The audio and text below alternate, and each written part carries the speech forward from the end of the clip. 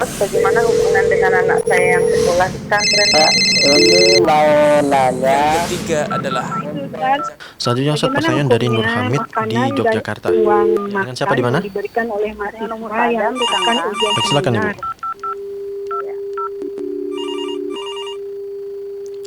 Bismillah. Assalamualaikum warahmatullahi wabarakatuh. Alhamdulillahirabbil alamin. Wassalatu wassalamu ala nabiyyina Muhammadin wa ala alihi wa sahbihi ajma'in. Amma ba'du. Ahlan wa sahlan wa marhaban bikum pemirsa dan juga penyimak Fatwa TV dimanapun Anda berada. Alhamdulillah senang sekali dapat kembali menyapa Anda semua dalam program acara favorit kita, tentunya live interaktif dengan tema fikih ibadah dengan guru kita Al-Ustadz Dr. Anas Burhanuddin Hafizahullahu Ta'ala, yang mana beliau merupakan anggota Dewan Fatwa Perhimpunan Al-Irsyad. Salawat serta salam tak lupa kita curah limpahkan kepada Nabi kita, Nabi Muhammad SAW, dan juga kepada keluarganya, sahabat-sahabatnya, dan orang-orang yang mengikuti beliau dengan baik hingga hari kiamat. Pemirsa dan juga penyimak Fatwa TV dimanapun Anda berada, insya Allah selama kurang lebih 1 jam ke depan, kita akan belajar bersama, menimba ilmu bersama, dan juga mendengarkan jawaban dari pertanyaan-pertanyaan yang masuk ke meja redaksi kita, ataupun pertanyaan yang dilontarkan secara langsung melalui telepon WhatsApp. Dan Alhamdulillah, Ustadz telah hadir membersamai kita di studio. Kita sapa terlebih dahulu. Assalamualaikum Ustadz. Waalaikumsalam warahmatullahi wabarakatuh. Bagaimana kabarnya Ustadz? Alhamdulillah, saya sehat, alhamdulillah. Alhamdulillah. Siap Ustadz ya, menjawab pertanyaan-pertanyaan yang masuk nanti Ustadz. Insyaallah, biidznillahi ta'ala. Masya Allah, barakallahu fikum Ustadz. Baik pemirsa dan juga penyimak Fatwa TV dimanapun Anda berada, Alhamdulillah Ustadz dalam keadaan baik. Dan kita doakan semoga Ustadz-Ustadz kita yang lainnya selalu dalam keadaan sehat dan juga selalu dalam lindungan Allah Subhanahu wa Ta'ala, agar kedepannya dapat senantiasa memberikan kita faedah ilmu yang bermanfaat. Amin ya Rabbal Alamin. Pemirsa dan juga penyimak Fatwa TV dimanapun Anda berada, kami juga mengajak Anda semua untuk bergabung bersama kami, berinteraksi langsung bersama Ustadz, bertanya melalui layanan interaktif kami di 0821 706087. Sekali lagi di 0821 706087. Dan juga kami ingatkan bahwasanya kami hanya menerima pertanyaan melalui telepon WhatsApp dan kami tidak menerima pertanyaan melalui WhatsApp chat. Baik, sebelum kita masuk ke sesi tanya jawab, kita dengarkan terlebih dahulu nasihat singkat dari Ustadz. Kepada Ustadz dipersilakan. Bismillahirrahmanirrahim. Dalam sebuah hadis yang diriwayatkan oleh Al-Hakim dengan sanad yang sahih, juga An-Nasa'i dengan sanad yang hasan dari Abdullah bin Mas'ud radhiyallahu anhu, bahwasanya Rasulullah SAW menjelaskan bahwasanya surat Al-Mulk, yaitu surat Tabarakalladzi biyadihil mulk wa huwa ala kulli syai'in qadir, yang merupakan surat pertama dalam juz ke-29. Nabi Muhammad SAW menjelaskan bahwasanya membaca surat ini bisa melindungi seorang mukmin dari siksa api neraka. Nah, ini adalah salah satu keutamaan yang disebutkan oleh Rasulullah SAW tentang keutamaan suratul Mulk. Karena Abdullah bin Mas'ud mengatakan, wa kunna nusammiha al-mani'ah.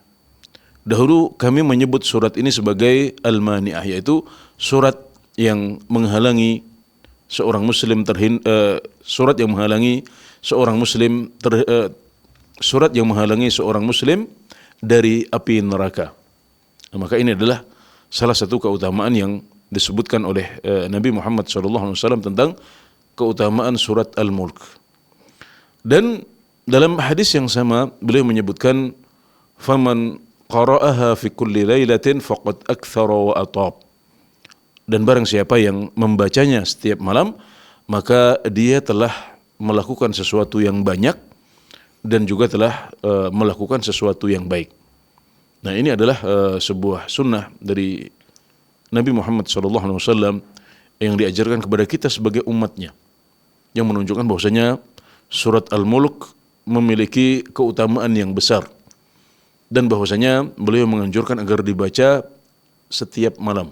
Maka ini adalah sebuah sunnah yang hendaknya kita perhatikan untuk kemudian kita berusaha mengamalkannya setelah mendengarkannya. Dan nasihat ini sekaligus sebagai jawaban ya untuk pertanyaan yang terpending dari pekan kemarin dari seorang hamba Allah di sebuah kota di Sumatera. Ya, semoga beliau hadir di sini menyimak acara kita, dan kalau beliau bertanya apakah ada sunnah dari Nabi Muhammad SAW untuk membaca surat Al-Mulk setiap malam, maka inilah yang menjadi jawaban, yaitu bahwasanya menurut hadis riwayat Al-Hakim dan An-Nasa'i dengan sanad yang sahih dari Abdullah bin Mas'ud bahwasanya Nabi Muhammad SAW menganjurkan kita umat Islam untuk membacanya setiap malam, dan barang siapa yang membacanya setiap malam maka dia sudah melakukan sesuatu yang banyak dan juga telah melakukan sesuatu yang baik. Semoga bisa dipahami dengan baik. Barakallahu fikum. Syukran, jazakumullahu khairan atas nasihat singkatnya Ustaz. Semoga dapat bermanfaat bagi kita semua.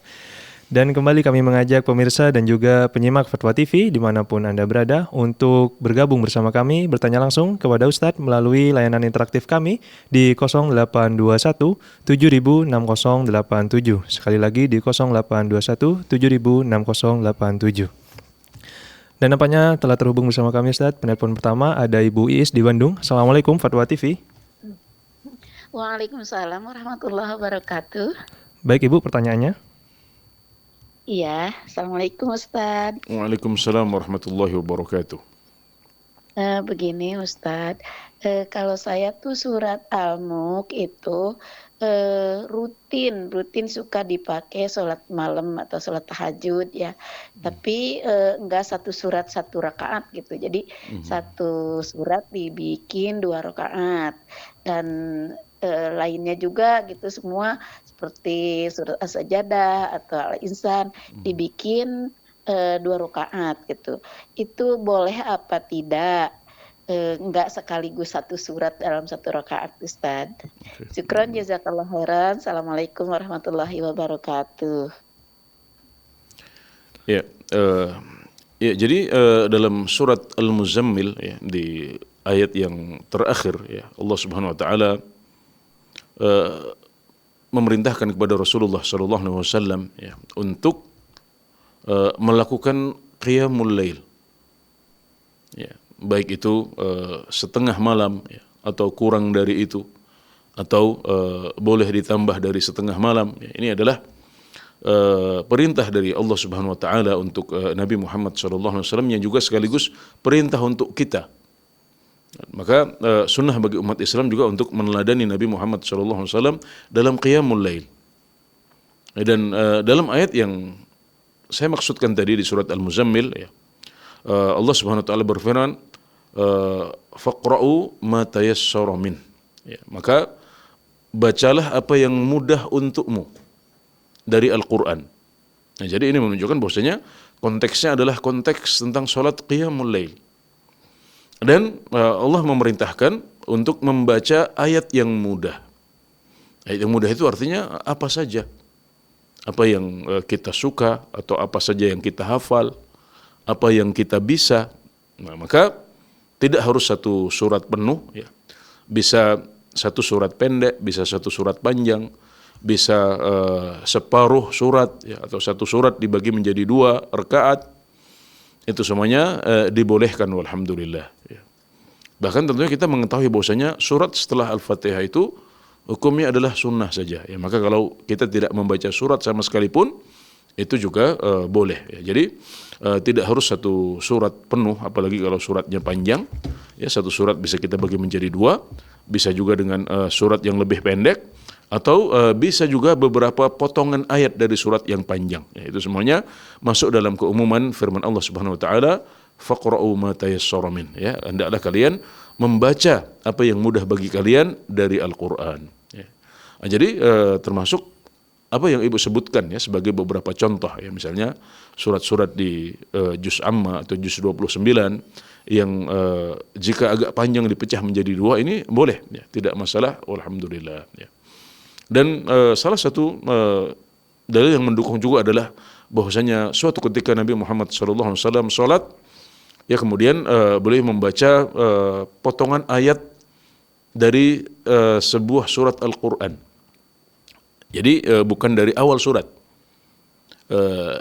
yaitu firman Allah Subhanahu wa taala, ya ahlal kitab ta'alu ila kalimatin sawa bainana wa bainakum alla na'budu illa Allah wa la nusyrika bihi syai'an wa la yattakhidha ba'duna ba'dhan arbaban min dunillah. Ya, kemudian sampai boleh tambah beberapa ayat lagi setelahnya yang ini menunjukkan bahwasanya kita boleh membaca beberapa ayat dari satu surat dan tidak harus penuh. Semoga bisa dipahami dengan baik oleh ibu penanya di Bandung. Syukran jazakumullahu khairan atas jawabannya Ustaz. Semoga dapat menjadi solusi dan menjawab pertanyaan dari Ibu Iis di Bandung. Baik, kembali terhubung penanya berikutnya ada Ibu Lilis di Tangerang. Assalamualaikum Fatwa TV. Waalaikumsalam warahmatullahi wabarakatuh. Baik Ibu, Assalamualaikum pertanyaannya. Ustaz. Waalaikumsalam warahmatullahi wabarakatuh. Ustaz Afat, terkait dengan surat Al-Muluk tadi Ustaz ya. Jadi Ana mengingat kalau nggak salah hasil sidang fatwa yang 2 tahun yang lalu itu terkait surat Al-Muluk itu bahwa dibacanya itu tidak harus malam gitu Ustadz ya.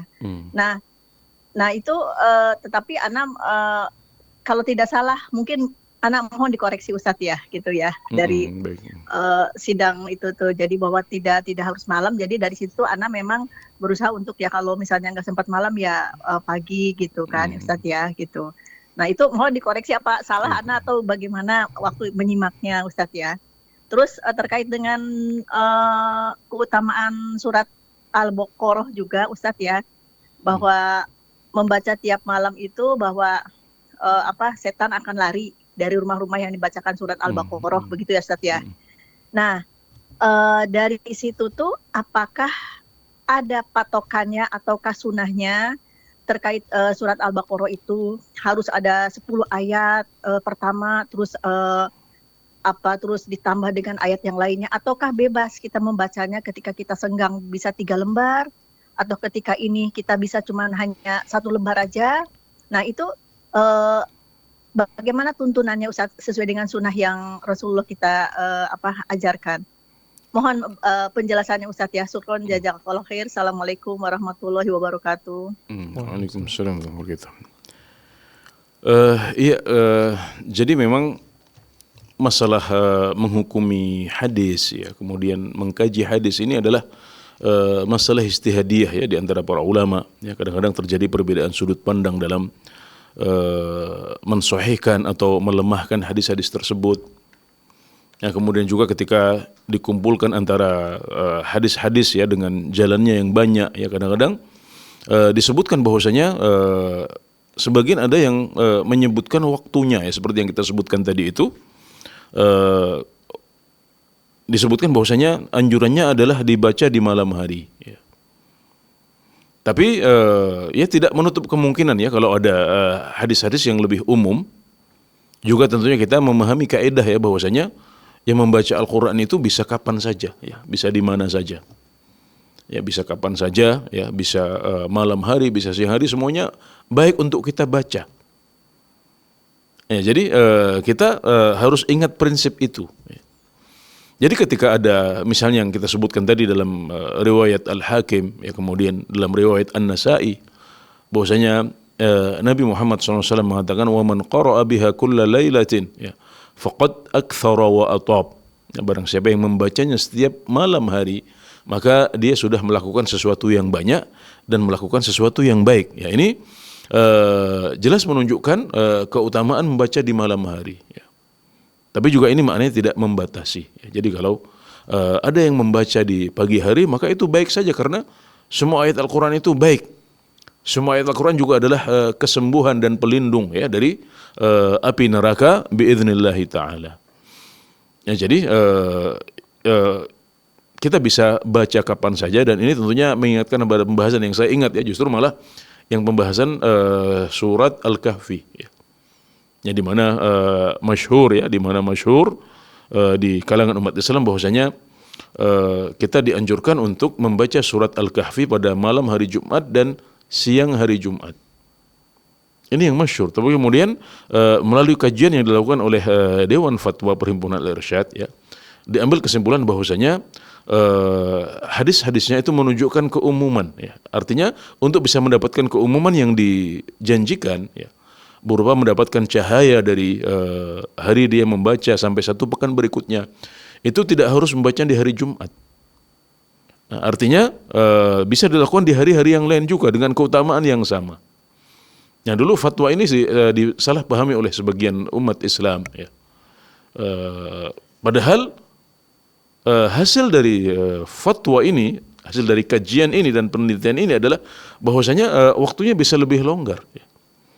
Tapi kalau ada yang sudah terbiasa untuk membacanya di hari Jumat ya nggak apa-apa, karena hari Jumat itu adalah bagian dari hari-hari ya yang boleh dibaca dan dianjurkan untuk membaca Al-Kahfi dalam hari-hari tersebut. Nah, jadi ini adalah sesuatu yang disalahpahami ya dari fatwanya Perhimpunan Al-Irsyad, karena menurut fatwa yang terjadi adalah waktunya lebih longgar. Tidak hanya hari Jumat saja ya, silahkan dibaca di hari yang lain. Nah, jadi mirip dengan apa yang disebutkan di sini ya. Adapun untuk persisnya ya, saya juga mungkin karena waktu yang sudah cukup lama ya, saya tidak mengingat persis dahulu hasil fatwanya seperti apa ya. Nanti mungkin kita bisa rujuk lagi ya Ibu ya. Kemudian juga biasanya yang membahas materi seperti ini Ustaz Sufyan Baswedan hafizallahu taala sebagai ketua Dewan Fatwa Perhimpunan Al-Irsyad ya. Nanti mungkin Ibu juga bisa bertanya langsung ya ke beliau di sesi live interaktif yang diasuh oleh Ustaz Sufyan Baswedan ya. Tapi maknanya seperti yang kita sampaikan tadi ya, bahwasanya tetap ya bisa membaca di waktu-waktu yang lain selain di waktu malam ya. Ada yang lain? Ada Ustaz. Pertanyaan berikutnya tetap dari Bu Lilis. Membaca surat Al-Baqarah dapat membuat setan lari. Apakah ada ketentuan khusus berapa ayat yang dibaca atau? Ya, baik. Jadi ketika Nabi Muhammad SAW mengatakan wa suratul Baqarah la yastati'uhal batalah ya, surat Al-Baqarah itu tidak bisa ditembus oleh para tukang sihir ya, maka tentunya perlindungan yang sempurna ya dari serangan sihir itu terjadi kalau kita membaca surat Al-Baqarah ya dengan lengkap ya, dari awal sampai akhir, ini yang paling sempurna ya. Tapi pengalaman menunjukkan ya bahwasanya ketika seorang muslim membaca sebagian surat Al-Baqarah ya, maka manfaatnya sudah bisa dirasakan ya. Ada kawan yang pernah bercerita bahwasanya ketika dia membuka toko ya dan merasakan bahwasanya kok nggak ada yang datang ya. Dan memang sebelum itu sudah pernah disampaikan kepada beliau bahwasanya ketika beliau buka itu tokonya nggak dilihat oleh orang-orang, dan ini tentunya sesuatu yang bisa dipengaruhi oleh sihir ya.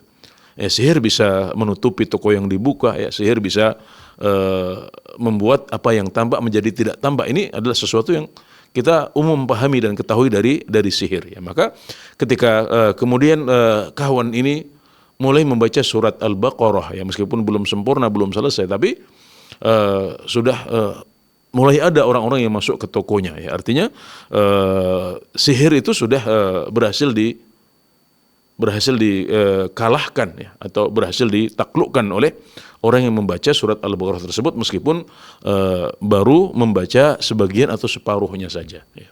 Jadi ini menunjukkan bahwasanya menurut praktek dan pengalaman ya, ketika kita membaca sebagian surat Al-Baqarah ya, itu manfaatnya sudah bisa dirasakan ya, di mana tukang sihir tidak bisa menembus ya, atau kalau sihir sudah pernah terjadi maka sihir itu bisa hilang ya dengan membaca sebagian surat Al-Baqarah ya, dan tidak semuanya. Ini berarti menunjukkan bahwasanya yang dimaksud oleh Nabi Muhammad SAW adalah tidak harus surat Al-Baqarah penuh ya, tapi bisa sebagiannya saja, atau awalnya saja, atau akhirnya saja. Dan kita mengetahui bahwasanya akhir surat Al-Baqarah juga punya keutamaan khusus ya, sehingga bisa kita ulang-ulang yang itu kalau kita tidak menghafal surat Al-Baqarah yang panjang secara lengkap ya. Baik ya, jadi kita bisa bedakan ya bahwasanya yang sempurna adalah dengan membaca surat Al-Baqarah penuh. Tapi ternyata alhamdulillah dengan sebagian ayat yang tidak penuh dari surat Al-Baqarah, ternyata manfaatnya juga sudah bisa dirasakan oleh para pembaca surat Al-Baqarah ini. Allahu ta'ala a'lam. Syukran jazakumullahu khairan atas jawabannya Ustaz. Semoga dapat menjadi solusi dan menjawab pertanyaan dari Ibu Lilis di Tangerang. Kembali terhubung bersama kami penanya berikutnya ada Ibu Hamba Allah di Bogor. Assalamualaikum Fatwa TV. Waalaikumsalam. Baik Ibu, pertanyaannya. Assalamualaikum warahmatullahi wabarakatuh. Waalaikumsalam. Afwan izin bertanya, jika seorang istri bertahan dalam rumah tangga yang mana belum pernah digauli oleh suaminya, apakah istri itu berdosa? Ya, Demikian pertanyaannya. ya baik. Jazakallahu khairan. Ya. Baik, untuk ibu hamba Allah di Bogor ya, kita doakan semoga Allah Subhanahu wa taala memberikan kemudahan kepada ibu ya, jika pertanyaan ini adalah tentang apa yang dialami oleh ibu sendiri ya, atau kepada siapa yang sedang menghadapi masalah yang sama yang seperti yang disebutkan dalam pertanyaan ibu hamba Allah di Kota Bogor tadi itu ya. Jadi pertama kami ingatkan kepada umat Islam ya untuk senantiasa bersyukur kepada Allah Subhanahu wa taala ya, karena nikmatnya sangat banyak. Ya, kalau kita menghitung nikmat-nikmat Allah maka kita tidak akan bisa menghitungnya. Betul, kadang-kadang ada hal-hal yang tidak kita sukai, ya, ada hal-hal yang menyakitkan hati kita. Tapi kita meyakini ada hikmah di balik itu semuanya. Ketika Allah Subhanahu wa taala menguji seorang hamba, maka ujian ini adalah untuk mengangkat derajatnya. Jadi kalau seorang wanita muslimah yang menghadapi permasalahan yang seperti yang ditanyakan tadi, maka itu tentunya adalah sebuah ujian yang cukup berat. Tapi ketika Allah mengujinya dengan ujian seperti itu, maka Allah ingin mengangkat derajat dia, Allah ingin mengangkat level dia. Karena ketika dia kemudian bisa sabar ya, kemudian dia bisa menghadapi ujian tersebut dengan baik, maka itu tidak gratis, dalam arti itu berpahala di sisi Allah Subhanahu wa taala, hanya untuk kemudian karena kesabarannya atau bahkan mungkin karena keridhaannya, nah dia akhirnya mendapatkan derajat yang tinggi di sisi Allah Subhanahu wa taala ya. Maka tetap bersyukur ya, kemudian juga terus menambah takwa kepada Allah Subhanahu wa taala ya. Karena takwa ini akan menjadi solusi ya, dan jalan keluar untuk permasalahan-permasalahan yang kita hadapi. Ya, Allah Subhanahu wa taala berfirman, "Wa may yattaqillaha yaj'al lahu makhraja." Dan barang siapa yang bertakwa kepada Allah, maka Allah akan menjadikan untuknya jalan keluar. Jadi Allah akan memberikan jalan keluar. Nah, tapi lantas kemudian bagaimana menyikapi permasalahan yang ada ini, harus dibicarakan dengan baik-baik ya dengan suami ya, karena selagi Anda masih terikat hubungan pernikahan dengan suami Anda, maka berarti Anda tetap punya kewajiban taat kepada dia. Harus taat kepada beliau. Ya, jadi ada ketaatan seperti itu ya. Kecuali kalau nanti misalnya setelah dibicarakan baik-baik, dikomunikasikan dengan baik-baik, ya misalnya ada hal-hal yang ternyata secara syar'i ya membolehkan seorang wanita untuk tidak bertahan dalam hubungan rumah tangga tersebut. Ya mungkin dengan meminta suami untuk mentalak ya. Atau kalau suami tidak mau mentalak, maka istri punya hak ya untuk mengajukan khulu ya, atau gugat cerai. Ya. Yang ini kemudian nanti akan diputuskan oleh hakim ya. Artinya hakim agama nanti akan memanggil kedua belah pihak, akan berusaha mendudukkan perkara, berusaha mendamaikan kalau mungkin masih bisa didamaikan, berusaha mempertahankan biduk rumah tangga tersebut kalau masih mungkin untuk diselamatkan. Nah, maka ibu harus komunikasi yang baik dulu dengan suami. Kenapa, ada masalah apa ya, apa yang kurang ya, untuk kemudian bisa menemukan masalah yang sama. Tapi kalau misalnya ya tidak ada komunikasi yang baik ya, tentunya di situ ada kewajiban yang tidak ditunaikan ya. Ada hak istri yang tidak ditunaikan.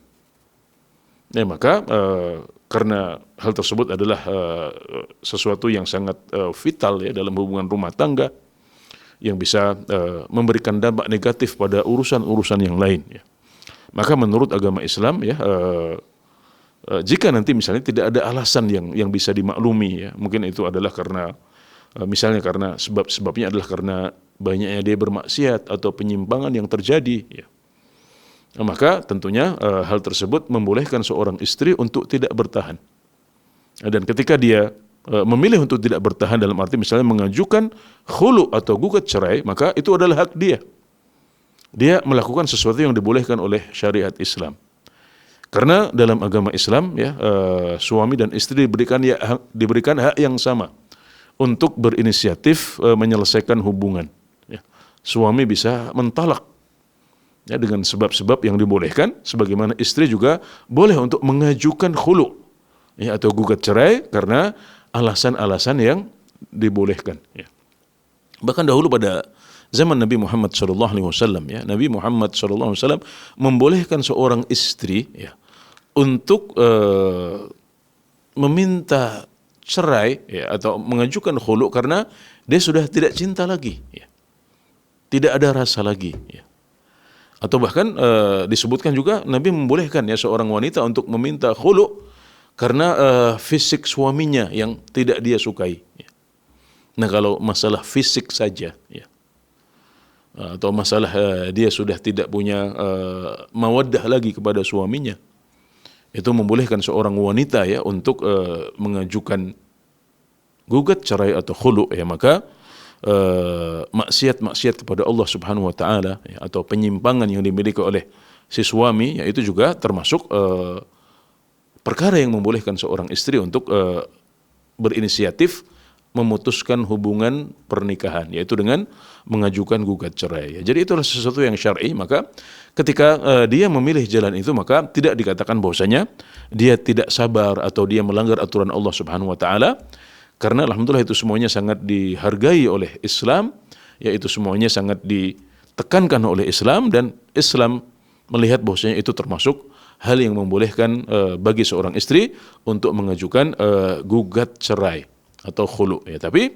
hendaknya hal itu dilakukan sebagai solusi terakhir, ya, ketika berbagai upaya sebelumnya atau ikhtiar sudah dilakukan, ya, dengan menasehati, dengan komunikasi yang baik, ya, kemudian juga dengan misalnya mencari hakam, ya, baik itu dari keluarga sendiri, ya, atau ustadz, ya, di daerah Anda yang bisa dimintai tolong, ya, untuk mengkomunikasikan hal ini, ya.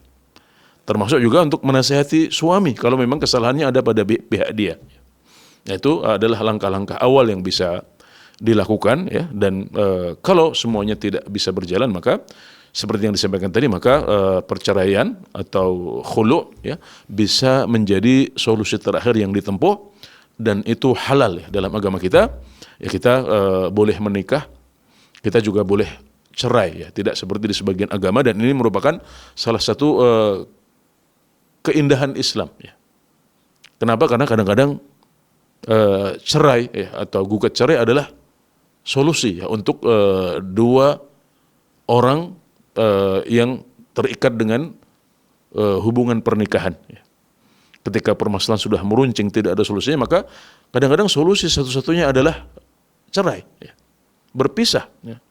Maka itu dibolehkan dalam Islam, alhamdulillah, dan bukan merupakan dosa dan maksiat kepada Allah Subhanahu wa taala, walhamdulillah, ya.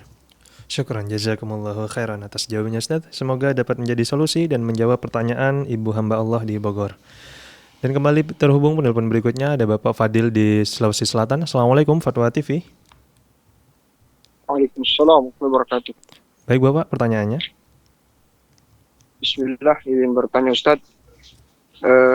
Orang-orang di keluarga di rumah masih biasa menghadiri acara-acara yang di dalamnya ada yang kurang syar'i Ustaz.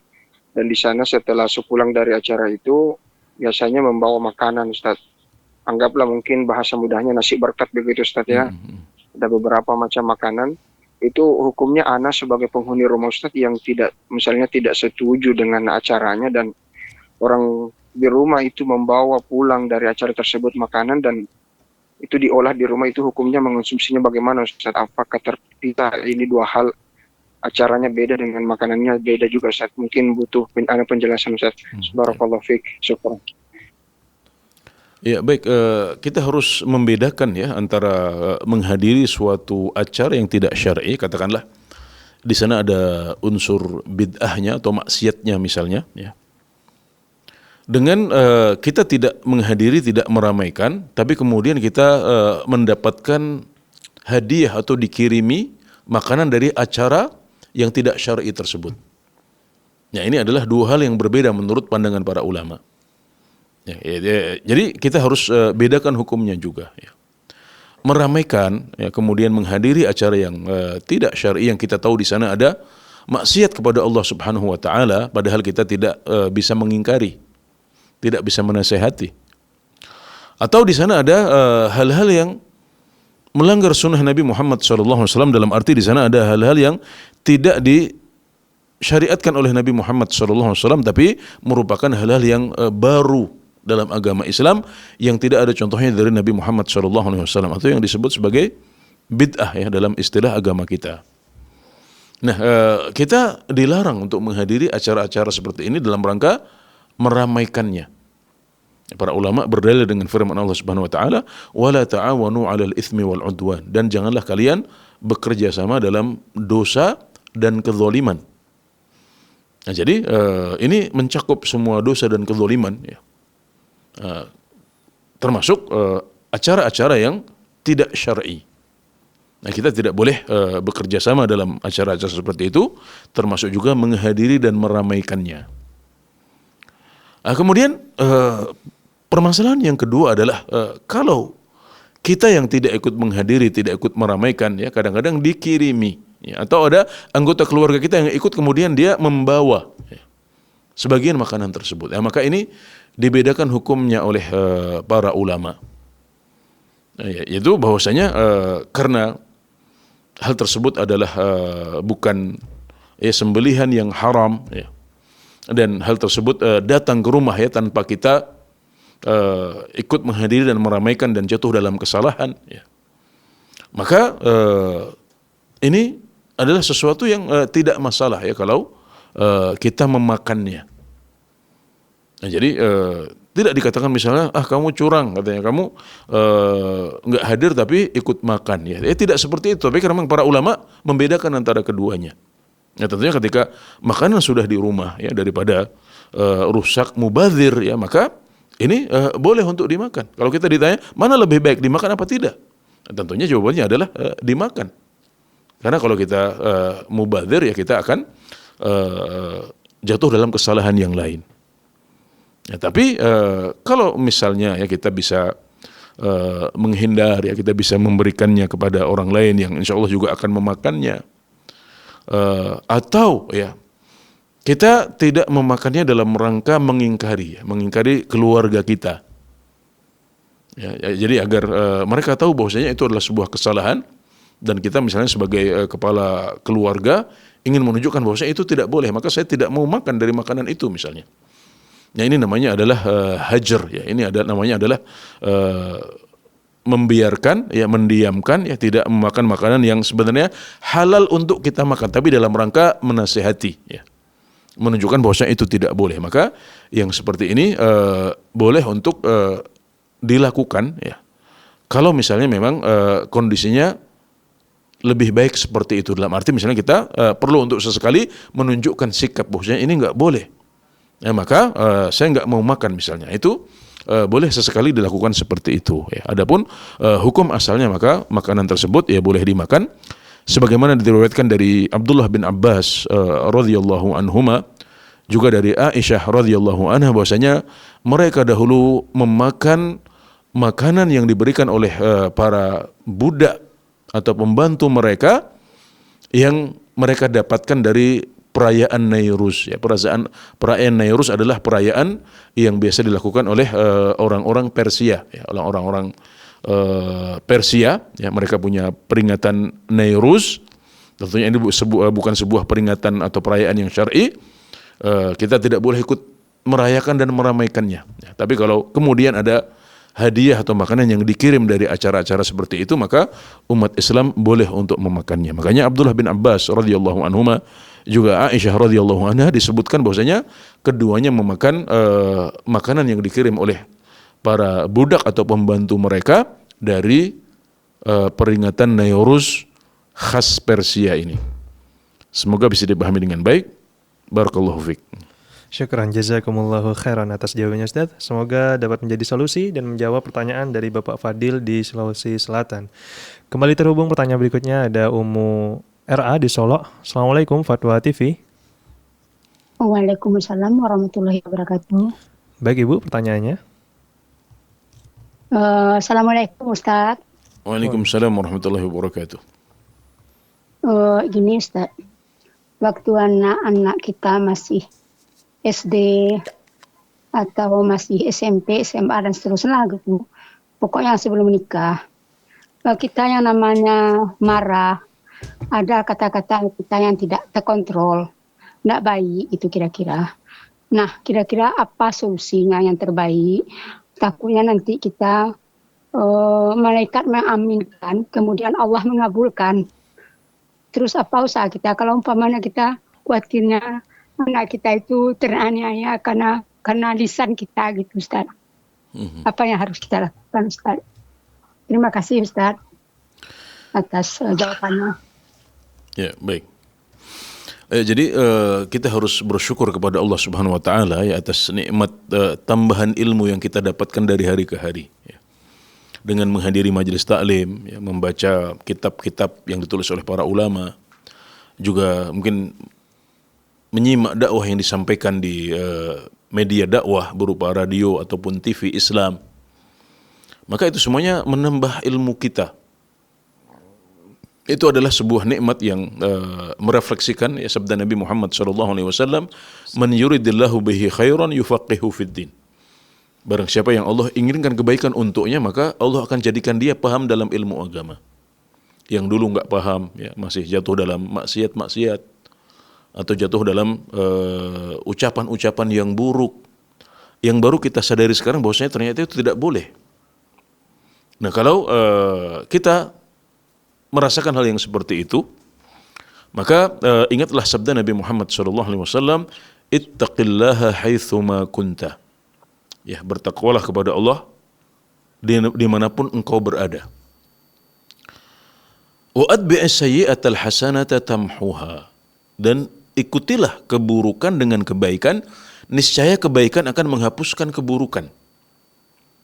Jadi seorang muslim itu harus punya plan A, plan B, plan C dan seterusnya. Jadi plan A-nya adalah kita tidak jatuh dalam kesalahan. Tapi kadang-kadang kondisi kita tidak seperti itu. Kita sudah terlanjur jatuh dalam kesalahan. Dan sesoleh apapun seorang muslim pasti kadang-kadang jatuh dalam maksiat juga. Karena kita adalah manusia. Manusia itu tempatnya salah. Maka kalau plan A tidak bisa kita wujudkan, kita berpindah ke plan B. Wa atbi'is sayyi'atal hasanata tamhuha. Dan ikutilah keburukan dengan kebaikan. Nah, jadi ini plan B-nya. Kalau kita jatuh dalam kesalahan, jangan lama-lama di situ. Jangan betah dalam kubangan maksiat itu. Tapi segera bangkit, bertaubat kepada Allah Subhanahu wa taala, kemudian tutup semua dosa itu, tutup lembaran lama, buka lembaran baru bersama Allah Subhanahu wa taala. Ya, dengan melakukan kebaikan-kebaikan. Nah, janji Nabi Muhammad SAW, insya Allah dengan begitu, kebaikan-kebaikan yang baru ini akan menutup keburukan-keburukan yang lama. Nah, kalau dahulu kita mungkin kadang-kadang mendoakan yang buruk untuk anak-anak kita saat kita belum paham. Terus sekarang Allah memberikan kita ilmu, kita taubat, ya kita ingin lebih baik, maka ikutilah keburukan yang dulu itu dengan kata-kata dan doa-doa yang baik. Doakan yang baik-baik untuk anak-anak kita. Ya, kalau dulu kita berdoa buruk, maka sekarang nggak ada doa untuk mereka kecuali yang baik-baik saja. Bahkan ketika marah pun doanya yang baik-baik. Makanya ada satu hal yang kita bisa contoh dari kebiasaan orang-orang Arab. Itu mereka punya kebiasaan kalau mereka marah, itu doa mereka adalah hadakallah, atau Allahu yahdik, atau aslahakallah. Ini tradisi di banyak umat Islam ya, terutama orang-orang di Arab Saudi biasa seperti itu. Orang-orang Arab biasa mendoakan anaknya ketika mereka nakal, itu didoakan hadakallah, semoga Allah memberikanmu petunjuk. Itu sebenarnya marah. Tapi yang keluar adalah doa yang baik. Allah yahdik juga sama. Semoga Allah memberimu petunjuk. Padahal itu ekspresi marah. Atau aslahakallah, semoga Allah memperbaikimu. Nah, si anak tahu kalau ayahnya atau ibunya mengatakan seperti itu, berarti ayah ibunya sedang marah. Tapi Masya Allah yang keluar itu kata-kata yang baik, yang diharapkan bisa diaminkan oleh Allah Subhanahu wa taala sehingga mereka mendapatkan petunjuk dan menjadi anak-anak yang soleh. Nah, jadi ganti yang buruk dahulu ya dengan yang baik-baik ya, dan kalau kita sudah bertaubat ya maka at-taibu minadz-dzanbi kaman la dzanba lahu. Orang yang bertaubat dari dosa itu seperti orang yang enggak punya dosa lagi. At-taubatu tahjubu ma qablaha. Taubat itu menutup semua apa yang terjadi sebelum taubat. Nah, jadi kalau dulu kita pernah punya doa-doa buruk yang dikhawatirkan terjadi, kita taubat maka insya Allah itu dihapuskan oleh Allah Subhanahu Wa Taala, dan kita tidak perlu khawatir insya Allah ya. Tinggal sekarang bagaimana kita memperbaiki diri dan mengganti yang buruk dengan yang baik. Insya Allah yang baik ini akan menghapuskan yang buruk-buruk sebelumnya.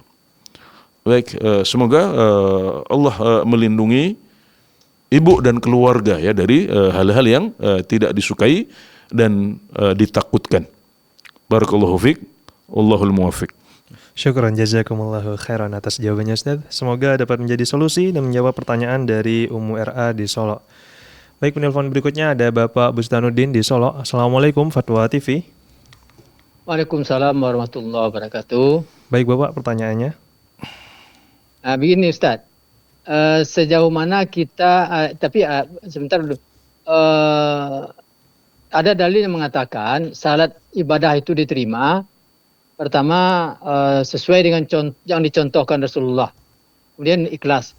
Sekarang mencontoh Rasulullah itu sejauh mana maka perbuatan itu ditolak Ustaz. Umpamanya dalam salat aja, apakah yang sunnah-sunnah dibolehkan berbeda, yang rukun-rukun tetap satu. Contohnya Ustaz, umpamanya kita kalau orang yang sunnah dalam salat berdirinya telapak kakinya itu lurus menghadap kiblat. Sedangkan orang yang umum telapak kakinya itu kadang-kadang miring ke kanan yang kiri miring ke kiri. Dia tidak lurus ke kiblat. Okay. Kedua, dalam angkat tangan perbedaannya, orang umum takbir itu telapak tangannya menghadap ke pipi yang kanan, pipi yang kiri, tangan kirinya. Sedangkan orang sunnah menghadap ke kiblat. Maka perbedaan ini tetap ditolak amalnya itu tuh, yang diancam dan masuk neraka Ustaz. Dan juga sunnah-sunnah yang lain seperti perbedaan meletakkan tangan, yang orang umum di pusat letaknya, orang yang sunnah di dada gitu Ustaz. Apakah ini ditolak juga amalnya itu Ustaz? Dan banyak sunnah-sunnah yang lain yang berbeda Ustaz. Itu yang pertama. Yang kedua, masalah kuluk ni Ustaz. Kalau orang yang menikah siri, kuluknya itu siapa yang menyatukan talaknya itu? Kalau suaminya tidak mau Ustaz. Tapi kalau di nikahnya dengan di kantor KUA, ada secara negara, jadi ada hakim yang menyatukan talak Ustaz. Kalau suaminya tidak mau. Mohon penjelasannya Ustaz. Atas jawabannya, saya ucapkan terima kasih. Assalamualaikum warahmatullahi wabarakatuh. Waalaikumsalam warahmatullahi wabarakatuh. Ya, baik. Ya, jadi yang pertama perlu kita pahami bahwasanya keuntungan mengamalkan sunnah Nabi Muhammad SAW itu tidak hanya dengan ibadah kita diterima kemudian orang lain ibadahnya ditolak otomatis oleh Allah Subhanahu Wa Taala. Ya, tidak harus seperti itu bentuknya. Nah, jadi memang kadang-kadang ada yang menjalankan sesuai dengan sunnah Nabi Muhammad SAW, kemudian yang lain menambah-nambahinya ya dengan tata cara atau bacaan yang tidak ada contohnya dari Nabi Muhammad SAW. Ya, jadi yang seperti itu mungkin levelnya bisa sampai yang satu diterima oleh Allah Subhanahu Wa Taala, yang lain ditolak. Ya, karena di sana ada hal-hal baru yang dia tambahkan. Ya, hal-hal yang baru yang ditambahkan yang tidak ada contohnya dari Nabi Muhammad SAW berupa gerakan atau jumlah rakaat atau bacaan-bacaan yang tidak dicontohkan oleh Nabi Muhammad SAW. Ya. Itu perbedaan yang pertama. Perbedaan yang kedua, ya, kadang-kadang sama-sama diterima, artinya sama-sama masih dalam koridor sunnah Nabi Muhammad SAW, tapi yang satu lebih dekat dan lebih sesuai dengan contoh dari Nabi Muhammad SAW, yang lain kurang. Nah, jadi bisa jadi bentuknya seperti itu. Nah, kalau kita melihat contoh-contoh yang disebutkan oleh Bapak penanya tadi, yaitu lebih pada bentuk yang kedua ini, ya, lebih mencerminkan contoh dan bentuk yang kedua ini, itu hal-hal yang masih boleh, ya, sebenarnya seperti misalnya ketika ada seseorang yang meletakkan tangannya, ya, di pusar, ya. Sementara mungkin kita meyakini yang lebih baik adalah kita letakkan di atas dada atau di bawah dada, ya. Kalau An-Nawawi rahimahullah taala, ya, dalam Minhajut Thalibin menyebutkan yang terbaik adalah di bawah dada, ya. Tapi tidak sampai pusar juga, ya. Beliau adalah salah satu ulama mazhab Syafi'i, ya. Nah, jadi dalam pembahasan ini, ya, kita bisa katakan bahwasanya sebenarnya ketika seseorang sedekap itu hukumnya maksimal sunnah saja. Artinya bukan sesuatu yang wajib. Sedekap saat berdiri itu bukan sesuatu yang wajib. Dengan kesepakatan para ulama semuanya. Makanya kalau ada seseorang yang berdiri dalam sholat, dia membaca Al-Fatihah dan surat dalam keadaan dia melepaskan tangannya, ya, tanpa sedekap, maka ini sholatnya sah, kata para ulama. Kenapa? Karena sedekap itu hukumnya maksimal sunnah. Jadi kalau dia tidak sedekap, dia tidak dikatakan bid'ah. Ya, tidak dikatakan sholatnya ditolak oleh Allah Subhanahu Wa Taala misalnya. Ya. Nah, tapi yang lebih baik adalah bersedekap. Nah, kemudian sedekapnya di mana? Ini nanti ada pembahasan lagi. Ya, sebagian ulama berpendapat yang terbaik adalah di atas pusar. Kemudian ada yang berpendapat di atas dada. Ada yang berpendapat tengah-tengah, ya, di dada tapi bagian bawah atau di bawah dada sedikit. Ya, ini juga semuanya masih masuk dalam koridor sunnah semuanya. Dalam arti itu masing-masing punya dalil, ya. Kemudian juga ini tidak keluar dari yang kita katakan tadi, bahwasanya yang terbaik adalah sedekap. Enggak sedekap pun juga tetap sah sholatnya. Nah, jadi untuk contoh-contoh yang seperti ini, ya, kita jangan berlebihan, ya, kemudian mengatakan kamu sholatnya tidak sah atau ditolak oleh Allah Subhanahu Wa Taala, karena yang menerima, yang menolak itu adalah Allah Subhanahu Wa Taala. Tapi mungkin kita bisa lebih hati-hati, ya, kita sebutkan, ya, kaidah-kaidah umum, ya, bahwasanya kalau kita sholat, ya, dengan tata cara yang tidak dicontohkan oleh Nabi Muhammad SAW, misalnya dengan menambah jumlah rakaat yang tidak ada contohnya, ya, kemudian menambah gerakan tertentu yang tidak ada contohnya juga, atau menambah bacaan-bacaan yang juga tidak dicontohkan oleh Nabi Muhammad SAW. Untuk bacaan pun ada beberapa hal yang tidak dicontohkan tapi boleh. Ya, misalnya dalam sujud, ya, kita boleh berdoa. Nah, doa ini luas, ya, jadi bisa macam-macam doa, tidak harus doa yang dicontohkan oleh Nabi Muhammad SAW. Ya, jadi memang ada pembahasan yang sifatnya seperti ini, ya. Ada yang lebih baik, ada yang lebih sunnah, yang lebih sesuai dengan tuntunan Nabi Muhammad SAW. Tapi kalau kita tidak melakukannya, maka sholat kita masih sah. Sholat kita juga insya Allah diterima oleh Allah Subhanahu Wa Taala. Tapi yang menjalankannya, ya, sesuai dengan lebih dekat dengan dalil-dalil dan sunnah dari Nabi Muhammad SAW, maka insya Allah pahala dia lebih banyak. Dia dapat pahala lebih banyak. Yang paling tidak menurut apa yang dia yakini. Ya, jadi insya Allah dia mendapatkan pahala yang lebih banyak daripada mereka yang misalnya yang tidak melakukan sunnah-sunnah. Ya.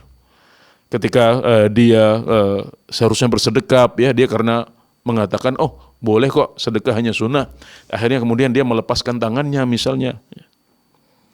Maka ini tidak sampai batal sholatnya, ya, tidak sampai bid'ah juga, tapi tentunya yang bersedekap, ya, kemudian meletakkannya di tempat yang dia yakini sebagai yang dicontohkan oleh Nabi Muhammad SAW, maka insya Allah pahala dia lebih banyak. Nah, jadi keuntungannya bisa seperti ini. Jadi nggak harus sholatku diterima, sholat dia tidak. Nah, tapi kadang-kadang sama-sama diterima, sama-sama baik, tapi pahala saya lebih banyak daripada pahala dia. Misalnya ini juga sebuah keuntungan, sebuah kebaikan yang bisa kita dapatkan dengan mempelajari sunnah Nabi Muhammad SAW, kemudian berusaha untuk meneladani beliau dalam ibadah beliau. Maka tidak ada ruginya. Jangan kemudian mengatakan, oh kalau begitu, ya apa untungnya? Toh dia juga diterima juga. Oh beda, karena Anda insya Allah pahalanya lebih banyak daripada dia. Ya, jadi terus semangat ya untuk menambah ilmu dan menjadikan ibadah kita semakin sesuai dengan tuntunan Nabi Muhammad SAW. Kemudian juga perlu dicatat bahwasanya kadang-kadang ada perbedaan pendapat di antara para ulama. Ya, sebagian ulama melihatnya sebagai sunnah, sebagian lagi melihatnya sebagai bid'ah misalnya. Nah, maka ini kita harus lebih hati-hati. Ya, kita harus lebih toleran juga dalam permasalahan-permasalahan seperti ini. Ya, karena memang kadang-kadang terjadi perbedaan pendapat di antara para ulama. Yang satu menyebutnya sunnah, yang satu menyebutnya bid'ah. Nah, maka berarti kita harus lebih hati-hati dan jangan serampangan ya untuk menilai dan mengingkari permasalahan-permasalahan yang masih dipersisikan di antara para ulama. Ya, boleh kita meyakini bahwasanya ini lebih baik. Bahwasanya ini yang sunnah, itu yang bukan sunnah. Tapi kalau masih termasuk masalah ikhtilafiyah, kita harus lebih hati-hati. Jadi pengingkaran kita tidak sama dengan kalau kita mengingkari perkara-perkara bid'ah yang sudah nyata dan disepakati oleh para ulama. Nah, jadi dengan begitu insya Allah kita bisa memberikan sikap yang tepat ya dan proporsional untuk setiap permasalahan yang kita bahas dan kita amalkan ya, karena memang levelnya tidak sama ya, seperti yang disampaikan oleh Bapak di depan bahwasanya iya itu levelnya tidak sama ya. Jadi kita harus membahasnya secara lebih terperinci, mana ada yang perbedaannya itu sunnah dengan bid'ah, ada yang perbedaannya adalah ini sama-sama masih sah tapi yang ini lebih baik daripada itu misalnya. Kita harus lebih hati-hati dalam menghukumi dan menjelaskannya kepada orang-orang di sekitar kita. Baik, semoga bisa dipahami dengan baik oleh Bapak penanya dan semoga Allah memberikan kepada kita taufik ya untuk semakin mencintai sunnah Nabi Muhammad SAW dan mengamalkannya semampu kita. Syukran jazakumullahu khairan atas jawabannya Ustaz. Semoga dapat menjadi solusi dan menjawab pertanyaan dari Bapak Bustanuddin di Solo. Penanya berikutnya ada Ibu Yanti di Sumbar. Assalamualaikum Fatwa TV. Waalaikumsalam warahmatullahi wabarakatuh. Baik Ibu, pertanyaannya. Ya, Assalamualaikum Ustadz. Waalaikumsalam warahmatullahi wabarakatuh. Assalamualaikum Ustadz. Mau bertanya, apakah bagi wanita yang sedang haid ketika membaca Al-Quran yang terdapat ayat-ayat sajadah atau sedang mendengarkannya, apakah ada anjuran untuk sujud tilawah Ustadz? Jazakallah khair. Assalamualaikum warahmatullahi wabarakatuh. Waalaikumsalam warahmatullahi wabarakatuh. Ya baik, jadi ibadah yang dilarang bagi wanita yang sedang haid itu sedikit saja. Ya. Jadi hanya sholat, kemudian puasa, kemudian tawaf, juga memegang mushaf. Ya. Adapun ibadah-ibadah yang lain maka tetap dibolehkan untuk dilakukan. Makanya ketika Aisyah radhiyallahu anha, ya, ibunda kaum mukminin dan istri Rasulullah sallallahu alaihi wasallam haid dalam perjalanan haji bersama Rasulullah sallallahu alaihi wasallam, ya. Nabi Muhammad sallallahu alaihi wasallam mengatakan, "If'ali kullama yaf'alul hajj ghaira alla tatufi bil bait." Lakukan wahai Aisyah semua apa yang dilakukan oleh jamaah haji yang lain kecuali tawaf saja. Jadi semua ibadah haji selain tawaf boleh dilakukan. Nah, jadi tadi hanya sholat, puasa, tawaf, kemudian memegang mushaf, ya. Dan juga tentunya ibadah biologis ya berupa hubungan antara suami istri atau jima, itu yang nggak boleh. Ya, yang lain boleh, termasuk sujud tilawah. Apakah sujud tilawah termasuk sholat? Jawabannya bukan, itu sujud saja. Ya. Maka hukumnya tidak sama dengan sholat. Ya. Jadi tidak disyaratkan suci juga untuk sujud tilawah. Ya. Jadi tidak sama dengan sholat. Jadi beda antara sujud tilawah dengan sholat. Yang dilarang untuk wanita haid adalah sholatnya. Ya, sedangkan untuk sujud tilawah maka mereka tetap boleh dan dianjurkan untuk melakukannya. Sebagaimana mereka juga tetap boleh dan dianjurkan untuk membaca Al-Quran selama masa haid. Yang tidak boleh adalah mereka memegang mushafnya. Kemudian tambahan satu lagi adalah i'tikaf. I'tikaf menurut jumhurul ulama itu juga tidak boleh dilakukan oleh wanita haid. Jadi Anda bisa tetap melaksanakan banyak ibadah semasa haid, termasuk membaca Al-Quran, tapi membacanya dari hafalan sendiri, atau membacanya dengan mushaf tapi tidak memegang langsung. Atau bisa juga dari HP. Di zaman kita banyak orang yang punya aplikasi Al-Quran di HP-nya. Nah itu bisa tetap dilakukan. Dan kalau ada ayat sajdah, maka dia boleh dan dianjurkan untuk tetap melaksanakan sujud tilawah, karena itu bukan sholat, maka dia tetap boleh untuk melakukannya. Syukran, jazakumullahu khairan atas jawabannya Ustaz. Semoga dapat menjadi solusi dan menjawab pertanyaan dari Ibu Yanti di Sumber. Tapi Ustaz, pertanyaan tadi adalah pertanyaan terakhir dan sekaligus menjadi pertanyaan penutup pada kesempatan kali ini. Terima kasih atas waktu dan ilmunya. Semoga di lain kesempatan kita dapat kembali menyapa pemirsa bidznillahi ta'ala. Baik pemirsa dan juga penyimak Fatwa TV dimanapun Anda berada, berakhir sudah perjumpaan kita pada live interaktif ini. Kami mohon maaf bagi Anda yang belum sempat kami bacakan pertanyaannya, namun Anda dapat terus mengikuti live interaktif ini mulai dari hari Senin sampai dengan hari Jumat. Dan bagi Anda yang ingin mengetahui informasi seputar Fatwa TV, Anda dapat mengunjungi website kami di www.fatwatv.id. Kemudian bagi Anda yang ingin mengupdate tanya jawab, Anda dapat mengunjungi website www.dewanfatwa.com tanya jawab.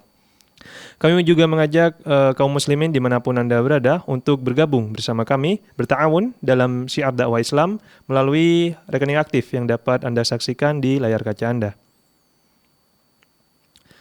Baik, semoga apa yang disampaikan oleh Ustaz dapat bermanfaat bagi kita semua. Kita tutup dengan doa kafaratul majelis. Subhanakallahumma wa bihamdika, asyhadu an la ilaha illa anta, wassalamualaikum warahmatullahi wabarakatuh. Waalaikumsalam warahmatullahi wabarakatuh.